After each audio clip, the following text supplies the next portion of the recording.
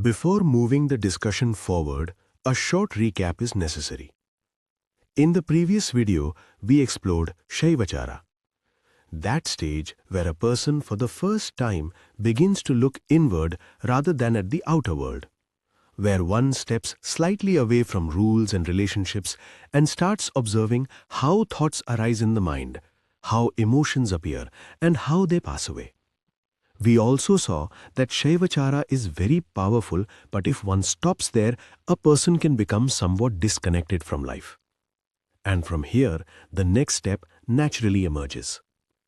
Today we will talk about the fourth achara, Dakṣiṇāchāra. If in Vedachara life was guided by rules, in Vaishnavachara by emotions, and in Shaivachara by the witness state, then Dakṣiṇāchāra is the stage where awareness and life learn to move together. This is a very important turning point. The Dakṣiṇāchāra mind does not say desires are wrong, nor does it say desires are everything. It says desires exist and I can understand them. In psychological terms, this can be called a self-regulated personality. Here, a person does not suppress impulses, but neither do they give them free rein. Let me explain this with a situation. Suppose someone insults you. In Vedachara, you would remain silent, because rules demand it. In Vaishnavachara, you would be hurt and look for validation. In Shaivachara, you would observe that anger is arising.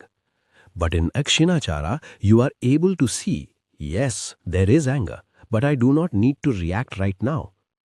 This is Dakṣiṇāchāra.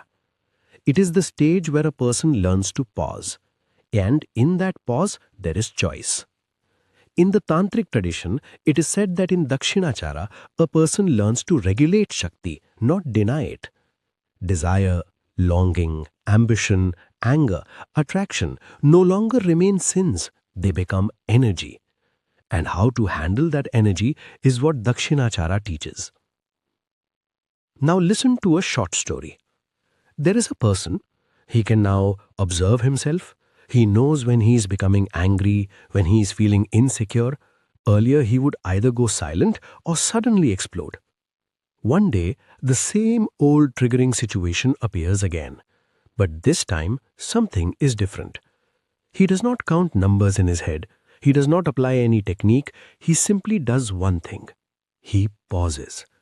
And in that pause, he feels his body. He feels his breath. He feels the energy of anger. And then he consciously decides, I will remain calm right now, but later I will clearly express my point. This is not suppression. This is maturity. A Dakṣiṇāchāra person lives responsibly, but not out of fear. Now there is discipline in their life, but this discipline is not imposed from outside.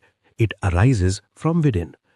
That is why in Dakṣiṇāchāra, a person lives in society, remains in relationships, works, but does not lose themselves.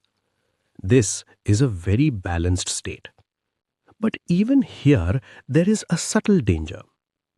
In Dakṣiṇāchāra, a person may develop the illusion that I can control everything. And when control turns into ego, rigidity returns. Tantra makes a very clear distinction here. There is a difference between regulation and suppression. If you are understanding energy, it will remain in flow. If you are suppressing it, it will burst out in some other form. That is why the practice of Dakṣiṇāchāra teaches flexibility. This stage teaches us that life needs neither complete freedom nor iron chains. Life needs conscious direction. And when a person becomes stable here, a new courage arises within. Now they are no longer afraid of their shadow. And from here begins the next most misunderstood achara, Vāmachāra. But before going there, it is essential to understand and live Dakṣiṇāchāra. If in your life you feel that you can observe your impulses and now handle them intelligently as well, if you are fulfilling responsibilities yet feel light inside, then perhaps you are touching the psychological state of Dakṣiṇāchāra, and this is a very healthy sign. In the next video, we will talk about Vāmachāra, where shadow, taboo, desire, and fear are not avoided but understood. If you do not want to leave this journey incomplete, if you want to understand Tantra not as something extreme or frightening, but as a deep understanding of the human mind, stay connected with this channel. Subscribe, because now we are at a point when the conversations are going to become even more honest.